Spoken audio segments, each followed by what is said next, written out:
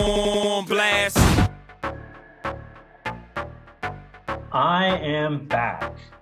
I'm John Hill. And I am Sheldon Alexander. And this is You Killed It, the podcast about the challenge, talk about the Challenge USA. After a brief vacation, can't say I'm back at home because I'm in Ottawa for work, but I'm back with you, Sheldon, and that's what matters the most. This is home, right? I mean, we're at episode 223. My word. Episode 8 of this season of the Challenge USA. 8 episodes in, I can honestly say I have no idea how long the season is going to be. Do you know what I mean? Like, is this halfway through? Is this like, are we almost at the end? Like, I don't know. I literally have no idea. If you told me there were 4 more episodes, you could talk me into that. If we were halfway through and it's just going to like pare down that way, going from men to women eliminations each week, you could talk me into that as well. But like, I have no idea where we are, and I'm okay with it. I think the last 2 episodes have been pretty good. Like, things are starting to heat up. You're going to see some decisions be made, and I like it. Because I was away for last week's, I got questions posed directly to me. Okay. That I don't think UNLT addressed. Okay.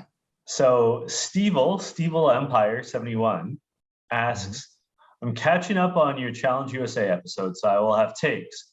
One I feel safe mentioning, what is it with you and the Venga boys? Are we going Aqua next? Which is a great question. I'm going to assume this was directed at me and not you, Sheldon. And like, it's a safe bet. It's really simple. And I appreciate the question, but there's just 2 simple points. The first is I'm amused by having bad taste in music. Like, I have always loved one-hit wonders. Mm-hmm. I have loved like cheesy pop.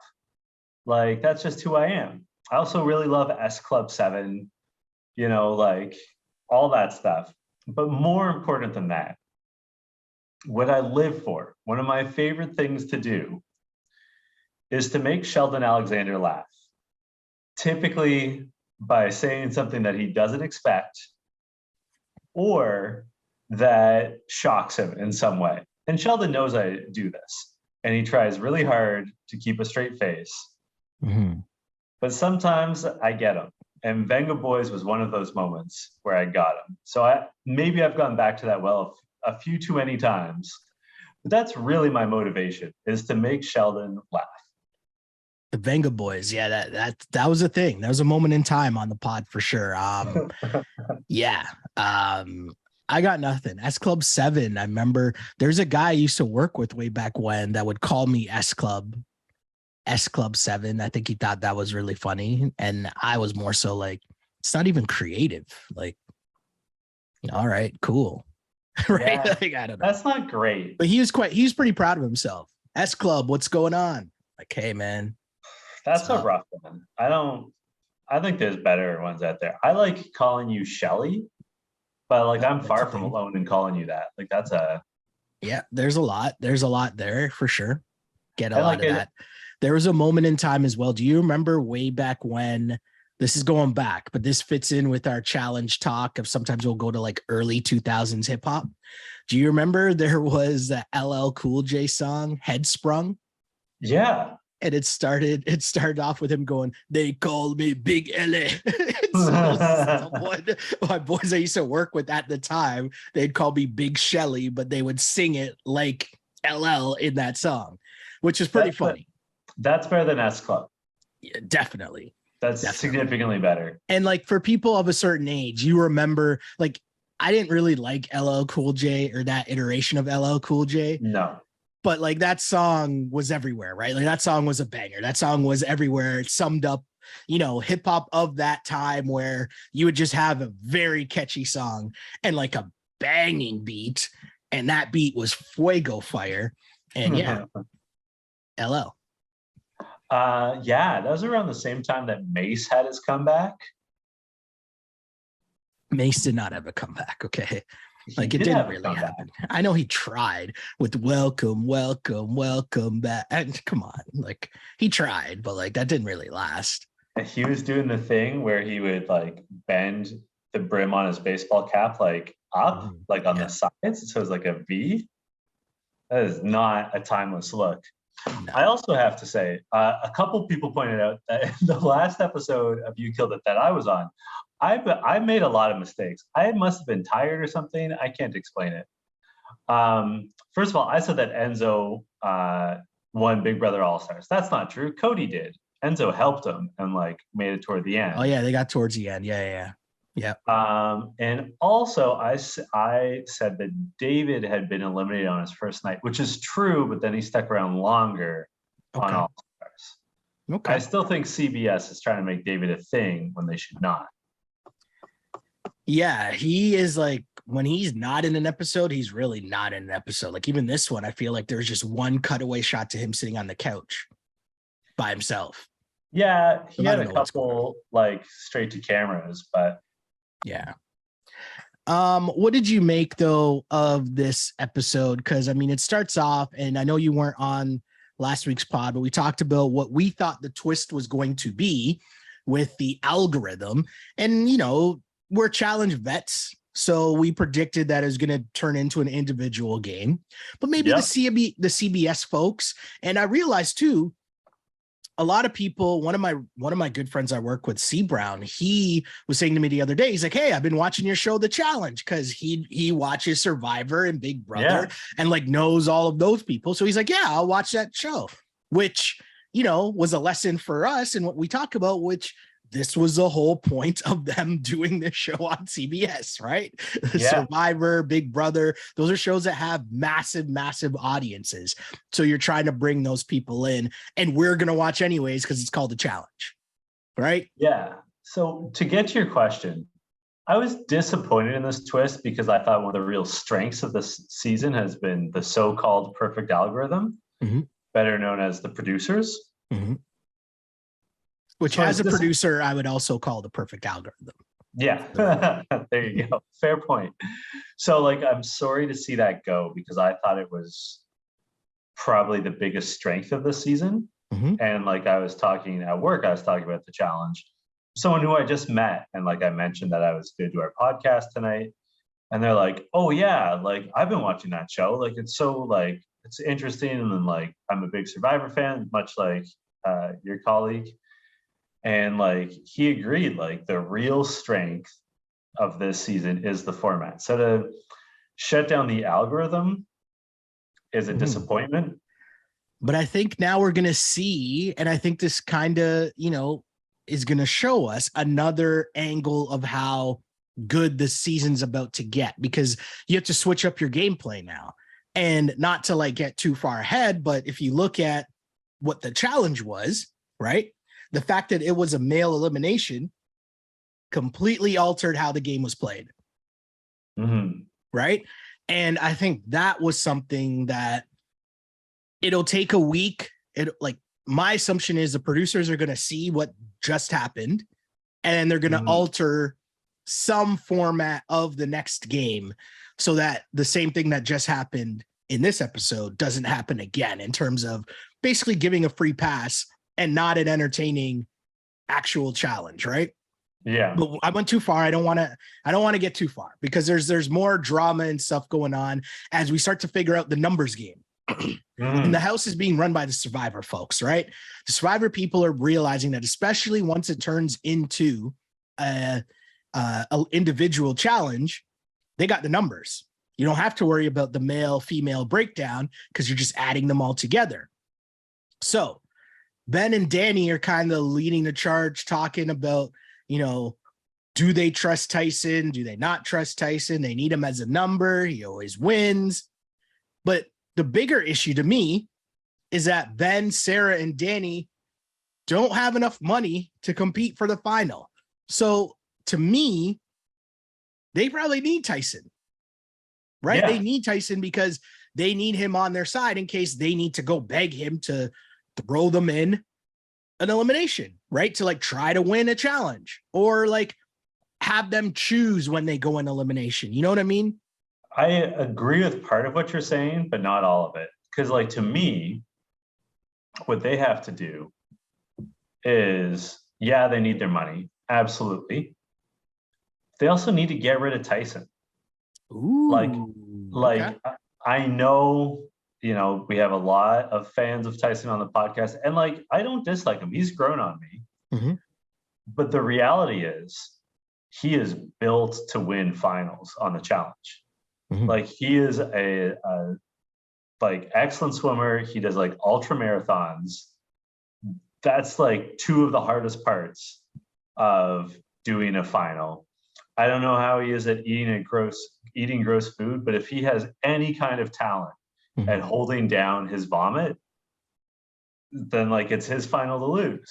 So And like if I'm Ben, if I'm Danny, I'm trying to figure out how to get Tyson out of there, right?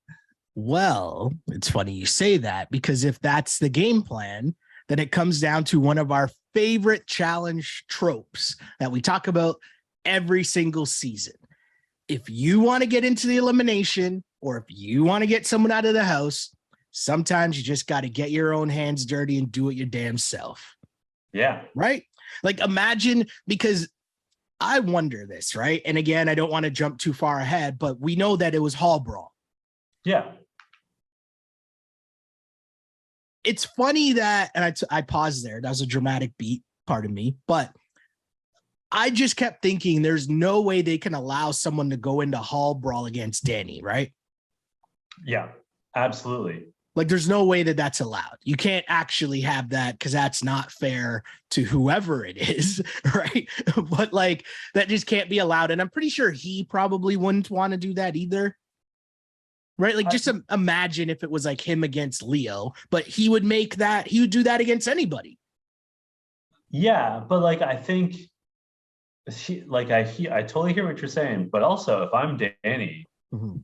and like I had the sense that they all sort of knew that Hall Brawl was coming. Yes. Like I think somehow they caught wind from production. I thought so I gotta too. say, if I'm Danny, I'm thinking I gotta throw this competition.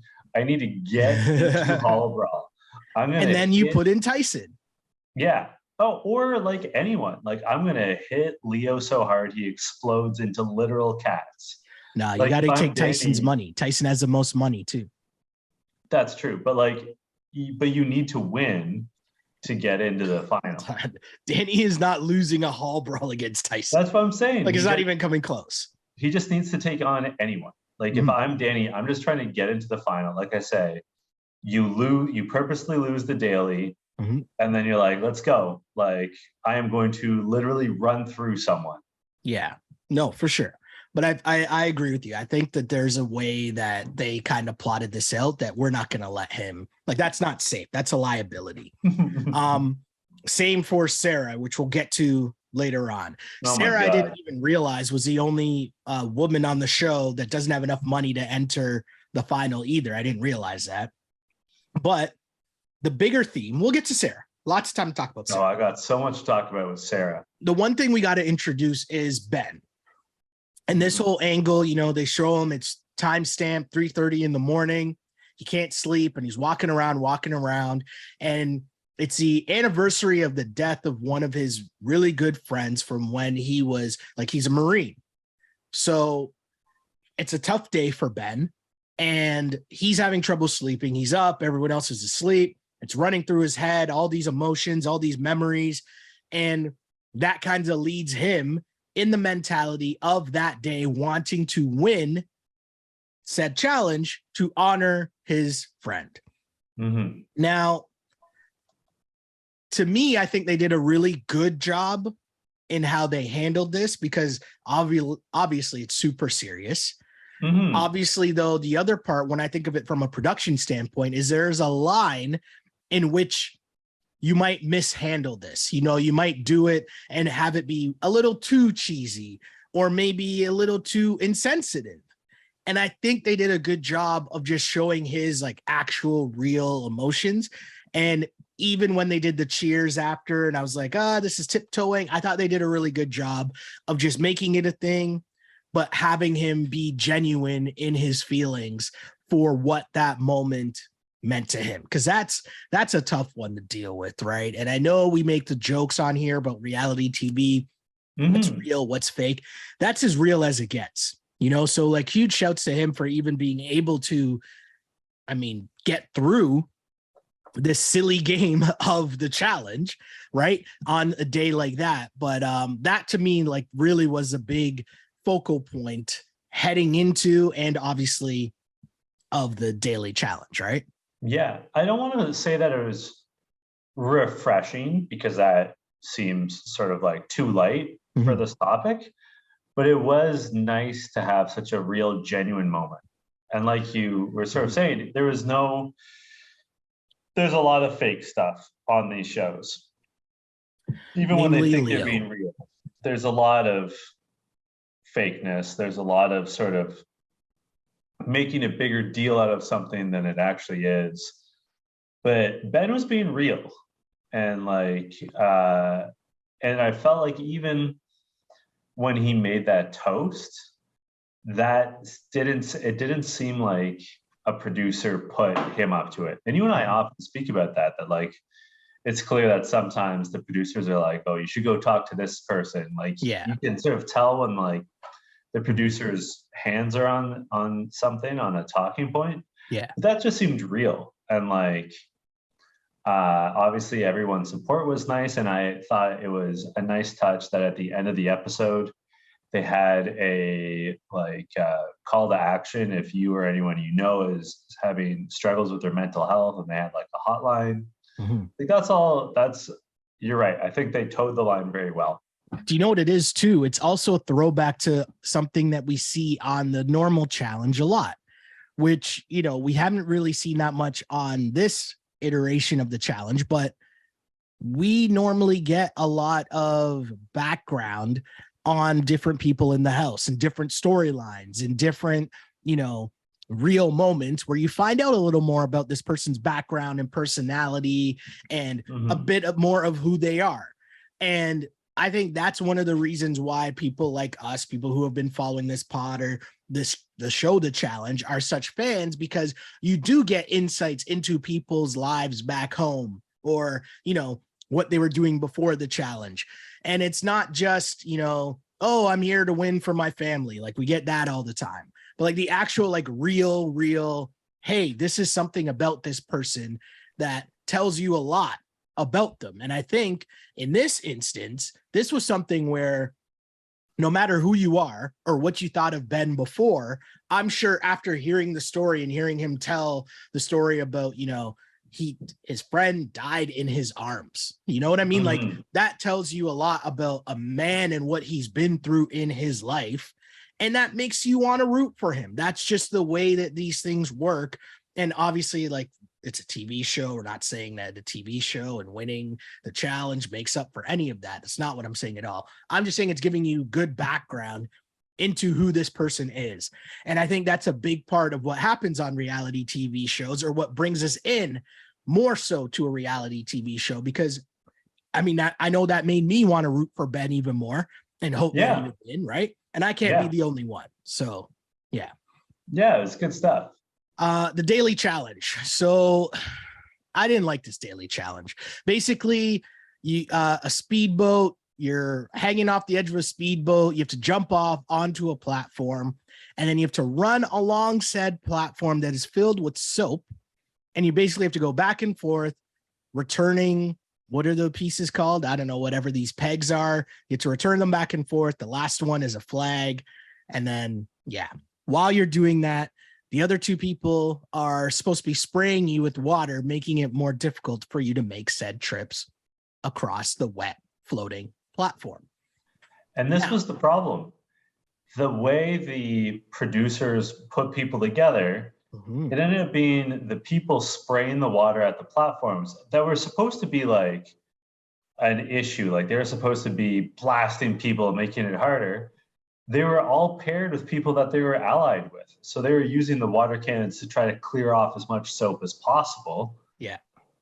And like, that was an oversight by the producers. That made it a lot more lame, frankly. And it also gave me the impression that there's what, like 10, 12 people left in the house, and like 9 of them are in an alliance. Like it seemed like most of them were helping each other out. I'm like, what are we doing here? Like, why are you even like having the competitions? Like at the very least, so there was always like 2 women and then 2 men, and like the 2 women and the 2 men were like spraying each other like in their respective turns. At the very least, should they not have had like the men spraying at the men? Like, shouldn't the men who had a vested interest in trying to like eliminate other people been like working to spray their like direct competition? Like that would have been better. Or if they just like, you know, not had like Sarah and Kayla spraying at Ben, and who'd he run with? Ben was with not Enzo. Yeah, he was with Enzo. Yeah, right? With Enzo. And don't have Angela spraying at Tyson. Like, you know, like that's a definite flaw in the system for sure. They didn't really think that one through. And also, to further your point, this is for money as well, right? And so by having the women shoot at the men and the men shoot at the women, they're not competing against each other, right? No. So by default, they're not going to be as invested to show their cards in terms of who they're rooting for, who they're in an alliance with, or who they're trying to help. Meanwhile, if it was flipped, and even if you are in an alliance, you might still be like, hey, I'm trying to win as much money as possible. You have an out, that's understandable. The way that it was laid out, I didn't like it. I mean, I didn't think it was that good of a daily challenge. And most of the people, as you mentioned, didn't even really try to spray the other people off. So yeah, we had a pretty boring challenge, which kind of sucks because in all honesty, I thought last week's episode was probably the best episode so far in terms of the daily challenge and the elimination. Now, we know this elimination was Hall Brawl, and ain't nobody got complaints about Hall Brawl, really. But I mean, I will, maybe, but go ahead. Maybe Leo does, but you know, story for another day. Or later on in the pod. What do I mean another day? We're literally recording the podcast right now. That was well played by me. So yeah, I didn't really like this challenge at all. Like, how many people actually even tried? Like, Kayla was disqualified right away. Was it Desi was also disqualified right away? And most other people just got to walk across. And Leo, which made me wonder, sometimes I wonder, and this is the bad producer brain in me watching the show and sometimes ruining it for myself. I was convinced that they were just bigging up Leo to say that he did a good job because everyone expected him to do bad, right? And it's kind of a storyline like, oh, Leo, like he's still doing really well. But I guess, I mean, it came down to him, right? So the loser on the men's side, unless there's something that you want to, there's nothing much. Like you, right? There wasn't a lot to this because it was badly produced, frankly. Yeah. The only thing that came out of it to me was my line of the episode in which Desi falls off and TJ blows a horn and yells out, he says, thanks for playing. You're right. Thanks for playing. And someone in the background yells, TJ. It's like, you clearly you're not familiar with TJ's work, right? Like TJ is here for those moments to laugh at people and when they feel like that. He has been nice to this cast. Like, I'm disappointed with how nice TJ has been. Well, he's getting his CBS on as well. You know, there's MTV TJ, there's CBS TJ, right? Just like there's MTV challenge and CBS challenge. It's just the way that it is, John. It's just the way that it is. I didn't make the rules. We're just here to talk about the game. Enzo fell. Enzo comes in last. He also needs stitches. The women were separated by seconds. And this is interesting because you can tell it's setting up what's going to happen next week. But the battle is between Angela and Sarah. Sarah is salty because she still doesn't have enough money to get into the final. And she just loses to Angela. Before I go to the men, I have a question for you. Are you on team Sarah or are you on team Angela? I'm definitely on team Angela. Same. I just find Sarah annoying. Angela might be doing sneaky shit, but Angela is at least like, she's quiet about it. Yeah, but like doing sneaky shit is part of the game. I mean, let's get into Sarah now, because now is the time. Because Sarah doesn't have enough money, she starts floating the idea that she should be put in the elimination against Enzo, who's hurt. Yeah.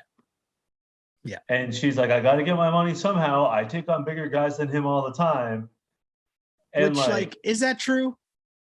Well, she's a cop, right? So that would lead me to asking further questions about how you police. Yeah, me too. I know, like, right? The very first episode of this season, when Sarah was introduced, I made light of the capability of the typical American police officer. And you sort of just laughed and were like, I'm not touching it. And like, how can I put this delicately? Sarah's tough guy attitude, while also talking about taking on a significantly older and injured person, I think speaks volumes of the quality of her character. I just find it to be weird. Right. And also, I know you hinted at this.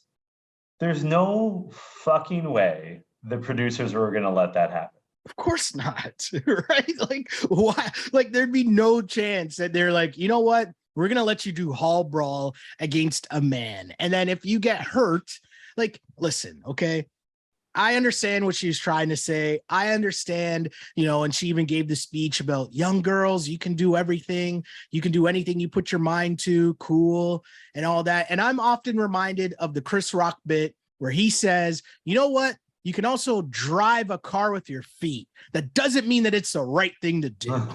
Just because you can do something doesn't mean that you should do it. So could you maybe go into hall brawl even against Leo? Maybe. But that doesn't mean that it's the right thing to do. And I don't want to see that. Who wants to watch that? I don't want to watch that. And also, the entire premise of Sarah being like, I need to go in, I need to get my money. What she's really saying is she doesn't think she can beat any of the women. Ooh. Right? Because like, it is obvious that next week there's going to be a women's elimination. So all Sarah has to do is throw the daily competition or win the daily competition, because either way, she gets the money. Yep. And then go get it, right? Like, if she's so tough, if she can beat guys that are much bigger than that, even though she's, at the same time saying like, oh, I can take out guys that are much bigger than me, but like, I really want to go in because Enzo's injured and is old. Like, yeah, like you wouldn't have that same energy if it was Danny. No. Or Tyson, who she hates. Like, she wouldn't be asking to go in against Tyson. But like, if she is so tough and so badass, why can't she just wait till the next elimination, throw the daily competition so she has to go in? Yeah. And then like, give me Alyssa, give me Angela, give me anyone, right? Like, she and Kayla get along, but like, give me Desi, right? Give me Justine. Like, there's like, yeah. Here's my thing that I don't understand. Why do you have vibes that you can just take out? Like, why do you want those to be the vibes that you put out? Like, why is that a good thing that you can take out any guy? Like, what? I just don't understand the logic behind that. Or like, you bragging about you thinking that you can take out any guy in the house. Like, why is that something to brag about? Much like, why is it something to brag about that? Oh, I take on bigger guys than that every day. Like, well, why? What is going on in your city that you need to be taking on these like huge bad guys every day? Are you Batman? Like, what's going on? I don't understand. I just don't understand the logic behind it. And I also just don't like the vibes of like, her saying, put me in there, I can take on this dude. Because like, if some dumb show was like dumb enough to actually let that happen, what would the reaction be if she then got crushed by the guy in hall brawl? That's a question that everybody including her, needs to ask themselves, because to me, it was just a dumb idea. And there was no part of me at any point that thought there was a chance that they were going to allow her to go into Hall Brawl. Like, I thought that it was just a joke, her saying it at first, but then they kept going back to it. And I'm like, wait, are they actually trying to convince people that this is a thing? Because it ain't working. I honestly wondered if she was put up to talking about it by producers who are like, ooh, we need to pad this out. Like, that's the most logical explanation, because again, like, it's nonsense. It's like, oh, like, Sheldon, put me in there. I'm sure I could flip that car. Oh, why won't you just let me flip that car? Man, I flip bigger cars like that all the time. You should see me. It's like the equivalent of saying, and it's funny to say this as Canadians, but like the old trope of having like, oh, I've got a girlfriend, she just lives in Canada, or like she's from 2 towns over. Like, it's just like, it's nonsense. Like, it's bragging for the sake of bragging, but like a scenario that would never happen. Yeah. But I just didn't like the, I want to do something for all the little girls that are at home watching, that you can do anything. And it's like, listen, everybody in society, like, I can't do everything. As a guy, I can't beat Shaq at basketball. That's just reality. I can't do it. And that's okay. There's nothing wrong with that. It's okay. You might be able to beat him at free throws. But you're right. One-on-one, no chance. Fair enough. So, I mean, yeah, deals were being made left and right. Sarah doesn't get her way, but there's deals being made where Angela and Ben are discussing deals where basically Angela realizes that her and Alyssa are on one side, and then all the other women in the house essentially are on the other side. So she's trying to curry favor with the Survivor dudes and get them to basically have her and Alyssa's back. At this point, what do you think of these deals that are on the table from both sides? I think they're bad. Mm-hmm. Like, again, like, I think they're all sort of micromanaging things. Like, realistically, so like Angela's looking out for her and Alyssa. Mm-hmm. Who's she worried about coming after her? Like, what, like, right now, she's already good with Tyson. Obviously, they're like super tight. Doesn't seem like Ben or Danny or Dominic have any issues with her. So she's sort of like asking them to do something that wasn't really on their radar. Yeah. Like, she's looking to formalize it. Yeah. And it really like, made no sense. To me, my thing is, if I'm her, right? I'm just saying anything possible that I think I can do to keep myself out. I don't think the way to go about that, though, was to go to Ben. No. Right? Because Ben's too close to Sarah, I think. He's obviously too close to Sarah. He's not tight with Tyson, right? Like, he sort of has this like frenemy thing with Tyson. Mm-hmm. And again, like, if Ben and Dominic and Danny have any kind of sense between them, they're going to turn on Tyson. Yeah. Like, there comes a point where they got to turn on Tyson. So Angela, who is very obviously Tyson's closest ally, like, it doesn't work for Ben. It doesn't work for Angela. It doesn't work for Tyson. Like, Tyson seems on board with it, but like, I don't know that he's thinking it through. Like, we also know Tyson's just saying whatever he needs to say to stay alive, right? Like, when push comes to shove, because in all reality, Angela's doing the same thing, right? Yeah. Like, if push comes to shove and Ben and those guys have the numbers and they're telling her, hey, you got to vote for Tyson or else you're gone next week because they have the numbers, she's going to do it, right? Like, that's just the nature of the game of where everything's at. The other thing I will say that we talked about the toast, but the toast happened during a club night. Yeah. Or it appeared to be a club night, which I was like stunned because I didn't think that existed, especially on CBS. And then it didn't really exist on CBS, right? Yeah. So they showed it, and I get why they showed it. I understand that, but it just made me ask more questions. Does that mean that there is actual footage of this? And if there is complete missed opportunity, I'm going to give away free idea right now to CBS and Viacom, whatever the parent company is. What you should be doing with this Challenge USA that is just on CBS, you should be having deleted scenes that you have that are only available on Paramount Plus. Part of the deleted scenes are things that are just going on in the house that would be on the Challenge MTV version. And you just put those up, extras on Paramount Plus. First things first, what is going on at the club? I would watch. Yeah, there are some exceptionally attractive people on this season of the challenge. That is correct. Everyone would be happy. Regardless of your gender or your orientation, everyone would be happy. I know that Leo means this as a compliment, but calling like Angela is Leo's mermaid. Yeah. I was like, I feel like that has like some weird, like kind of creepy vibes to it, but like his whole cat thing. I mean, he did then follow that up with he'll name his fourth cat after her. Because his third cat's could be named after Alyssa. Yeah. So there's lots going on with Leo. But I don't know how I missed this, but Enzo later mentions Leo's beautiful girlfriend. Okay. And I was surprised to hear that Leo has a girlfriend.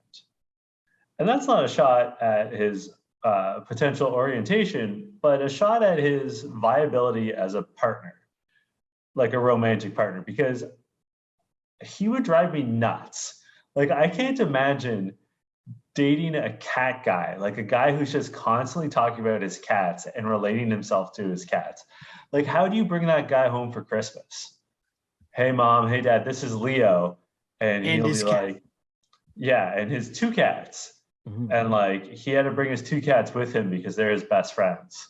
Yeah. Like, I just don't see how he is meeting people and like has friends. At the same time, Danny's got to stop talking about his wife, Kiki.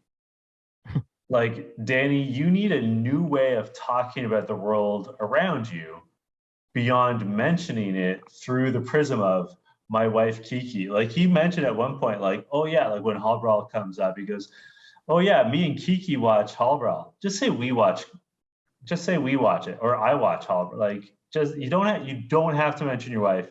Who is he? Chance the Rapper mentioning his wife this much? Like, ease up, bro.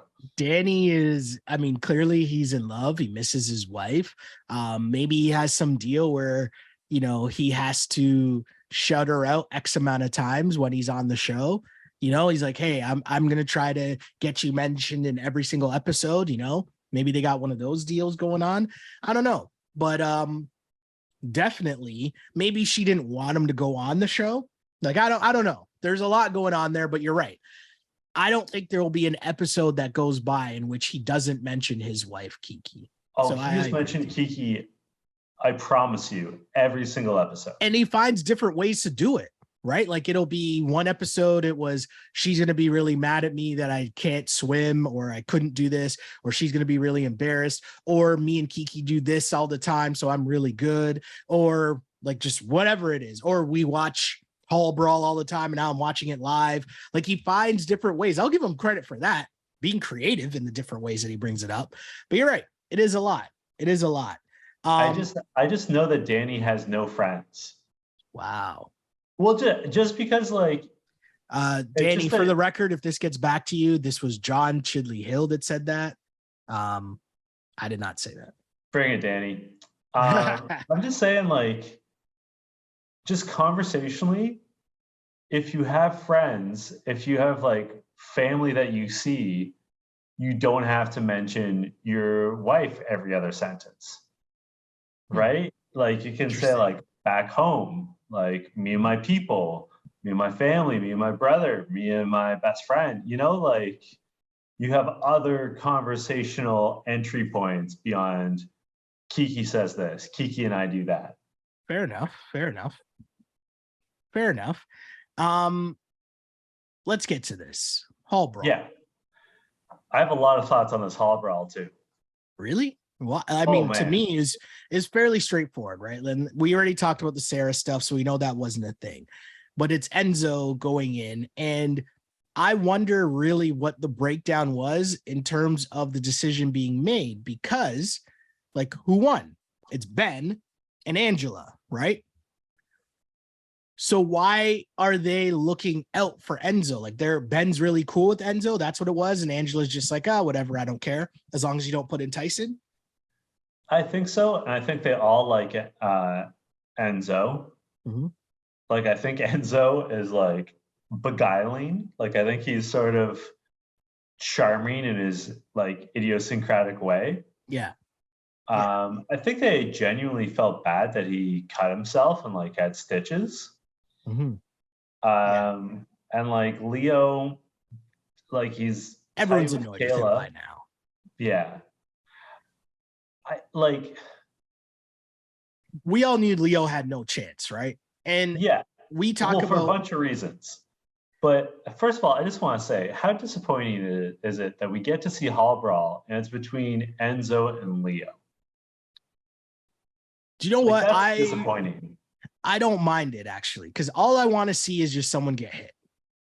Like to me, the more disappointing hall brawls is when you get two people and they don't want to hit each other. Yeah. Right. And they kind of like avoid the contact. Leo, even though he got smoked, he tried, and I give him credit for that. Yeah. And here's the other thing. Enzo, not the fastest, not the most athletic person on the show by a stretch. But here's the thing that he has going for him. First of all, he's got old man strength. Yeah. And for those of you not familiar, old men are stronger than men who are of like an equivalent size and height and weight. Like they have these like weird old man bodies that are stronger. Enzo, I'm sure, is just off the charts with old man strength. Like you can just see it in the way he carries himself, right? Like I'm sure, is just, I'm not saying he's athletic. I'm just saying he's strong. The other thing is, Enzo is definitely tough. I'm not saying that he's like an adept fighter. I'm not saying that I'm scared of him. I'm just saying, I promise you, Enzo has been in fights before. And I'm not saying that Enzo was like a star football player or anything, but has he body checked people before? Has he like been in like pull apart situations? 100%. You can't wear a toque, a beanie hat as badly as Enzo does and not have been in multiple fights in adulthood. Like the two go hand in hand. Enzo, the funny thing from Enzo was he said he's from the streets, like he wanted the smoke, and we talk about it all the time. That's what this hall brawl comes down to. Do you want the smoke or do you not want the smoke? Enzo wanted the smoke. And in fairness, I also think Leo wanted the smoke. I mean, yeah, I don't think Leo was scared. Leo surprised me. I mean, his whole speech about him being the Afghanimal and like, he played football, did some MMA. I'm pretty sure he made that stuff up. Like, I thought he was joking when he said that. I don't know, but I couldn't take him seriously because he was saying that and also calling himself Leo the Lion. So I didn't know, like, cats come in all shapes. Like, he was saying a lot. So I don't know what was true and what wasn't true. So maybe he did play football and maybe he does do MMA. I don't know, because he wasn't afraid of the contact. It's just the rest of his character, the rest of his being doesn't necessarily follow the stereotypes of the MMA football bro. Is that fair to say? Yeah. It felt like Leo's smack talk was like if you ran all these different like UFC promos through a computer and had them come up with like a smack talk like generator. I feel like that's what Leo was doing right there. Like he was just sort of saying a bunch of stuff. He's doing it for the gram, right? He's just trying to do it for TV. He's delivering lines, trying to be funny, trying to be, trying to make the show. And it's like, bro, you're in the elimination. Whatever you say, they're going to put in before the elimination. So all the gimmicks of, making up names for yourself and all that, like it was just more and more annoying, but also just made it a lot better when Enzo ran over him, especially the second time. Because the funny thing was, I was like, if you're Enzo and you're talking about being from the streets, you can't lose to a dude calling himself Leo the Lion. That just can't happen, right? Like it's not something that can happen. You can't go back to your boys, right? After that happens. So Leo getting bullied by Enzo. Yeah. And Enzo was hyped up after round 1. And I think he got even more fired up because round 2, Leo got jacked up. Yeah. Bad. What I like, see, I'm always so torn about Enzo because like he's a bit of a weirdo. He's a meow meow. You would think that he doesn't pull that out though. I think Leo ruined it for him, right? I think so too. I have the same thought. But what I like about Enzo is I think he's a genuinely nice person. You don't really hear him talking shit about people. He is capable of being sneaky. Like has success on Big Brother. But like his sneakiness is always like alliance based, and like he's really loyal to the people that he like rides with. And also like I sort of felt bad for Leo being put in this position. Yeah. Because like Leo just sort of, no one dislikes him. It's not like Sarah and Tyson like genuinely dislike each other. Leo just sort of, as things broke down, wound up on the wrong side of the fence. And he had to go in against Enzo. And I go the other way. I think he was super annoying. And so people didn't care. That made him disposable because he was annoying. I think Leo, like, he wasn't afraid of the contact, right? And so everyone else who isn't Danny that's in the house, Leo might have been able to give them a go, right? Because again, other than Danny, because he actually played football, we don't know. Like size doesn't necessarily tell you how someone would do in Hall Brawl. So maybe if he went in against David or Tyson, like who knows? Maybe Leo would have pulled off an upset. The one thing I will say, though, in all of the time watching the challenge, have we ever seen someone lose and then refuse to do their interview after, or like come out and finish off? I feel like it's happened once or twice. I feel like, but I can't remember off the top of my head if it has happened. The point that I'm making, though, is that person can't be Leo. You don't get to do that, bro. Right? No. It's kind of like the Embiid crying. Right? As a Raptors fan, I always remember Embiid crying, and I get it. I played sports. There are moments that I cried after a loss, right? So I understand. I'm not saying that people aren't allowed to show emotions, but that guy, the guy doing the suck it on thing, the guy doing the airplane sellies and all that stuff, you don't get to cry, bro. No. Leo, the same dude who's out here all up in the video, all up in the camera, talking about he's a cat, he's Leo the Lion, he always had something to say on the camera. And now you lose and you're going to be a poor sport and not want to come out and forget about saying bye to everyone. Just stand there to finish the shoot. Right? Like you don't even have to come out and give some emotional speech. If you don't want to say anything, don't say anything. But you can't even come out and just stand there so that they can finish the episode. Nah, get out of here, man. And get out of here. That's whack. I want to make this point as well. So like he was salty, he was in his feelings, but Enzo was nice to him. Like Enzo afterwards, after beating him, Enzo said like, hey, it's nothing personal. Like I just had to do this thing. I didn't vote you in, like nothing but respect. I like you. And like, I think Enzo was being sincere. So at the very least, come back out because Enzo was not a dick, right? And Enzo won fair and square. There's nothing cheap about his win. In fact, he was injured. Enzo beat him fair and square, was nice and respectful, didn't like do the throat slashing or any of that shit routine, right? Yeah. He said, like, he shouted, like, that's for my kids. Like, what are their names? Gia and... I don't remember. But like... Sure, fine. Like say like that's for you kids. That's fine. But like Enzo was respectful to you, Leo. So be respectful and just like stick out like a tough 2 minutes. Like, But again, this is a guy who has been trying to be on the show the whole entire season, making up stupid lines about his cats. Remember when he's jumping into the water and talking to TJ while he can't swim? All of these things he was doing to make sure that he was in the show, right? I even will go as far as to say, was that whole storyline about, oh, the restaurants that he had going under and, is he going to leave to go home and all that fun stuff that was just happening? I'm even questioning now if that was all real or if that was just all hyped up as another storyline that he was trying to force feed in to being on the show.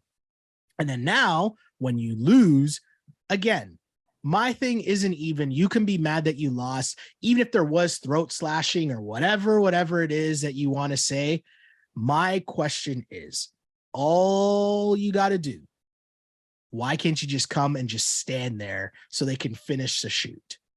And I'm also saying that from a production standpoint, because I know that there's a producer that stood there with him trying to be like, what do you mean? Like, you can't just come out and stand there? And you could tell TJ was mad because the way that TJ said, all right, like, I guess Leo's back there and he doesn't want to come out.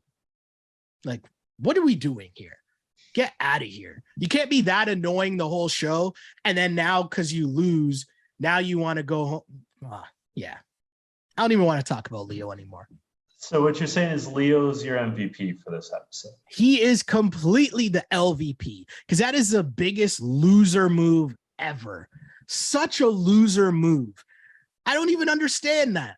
I don't get it. And again, I'm sure someone's going to write in, someone who watches a challenge and is more locked in than we are, is going to say, oh yeah, this person did that in, cutthroat season or whatever, bloodlines, whatever it is. Cool. And you know what? That person was also a loser too, unless you were hurt and you can't. No, we've seen people who were hurt and have, hobbled back out there in a cast or with bandages on or with the sling, whatever it is. We've seen that happen. You couldn't just stand there? No. Miss me with that. Yeah, I'm with you. Unless it I guess we've seen, maybe not an elimination, but we've seen people carted off because they were concussed or whatever. That's fine. I get why they didn't stand there drooling as TJ had to describe how they were eliminated. But you're absolutely right. But there's no excuse for not sticking it out. It's also it's what you signed up for, you signed up to be on TV for good or for bad. It sucks, but that's why you're there. So be there, Yeah. With all seriousness, is Leo your LVP? Yeah. Are you? Oh yeah. Yeah. You're going out like a big loser. So you get the LVP, Leo. That was the worst. That was so super lame. You're so annoying the whole way through. And right as I'm about to give you a little bit of credit, because I thought you put up a fight in Hall Brawl when I didn't think that you would, to be honest, you go and do that. No. Can't do it. Cannot do it. Can't coach with them. Cannot win with them. Can't do it. I'm going to go with Ben as my MVP. Okay. Because Ben, as we already discussed, had that very genuine moment talking about his friend Blake. Mm-hmm. And, you never know when you're real and genuine like that, how it's going to help someone else. Yes. How they're going to see themselves in your experience and how that will give them the courage to do something they need to do, or at the very least feel a little bit less alone. And so that's really big. And then of course, on top of that, he did win the daily challenge, mm-hmm. which is big, something he needed.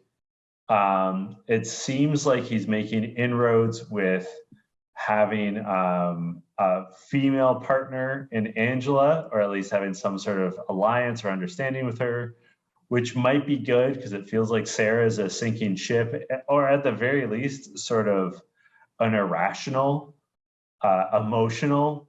I know they're friends, but like, it doesn't hurt to have more allies. And,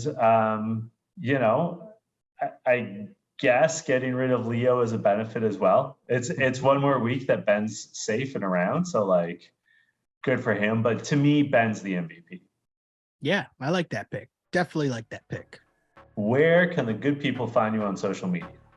You can find me on Twitter at Shell Alexander, on Instagram at Sheldon Alexander.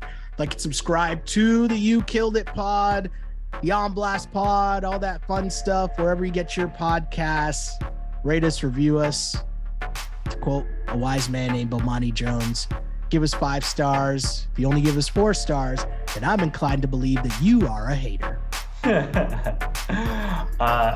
I can be found on Twitter and Instagram at jchidleyhill.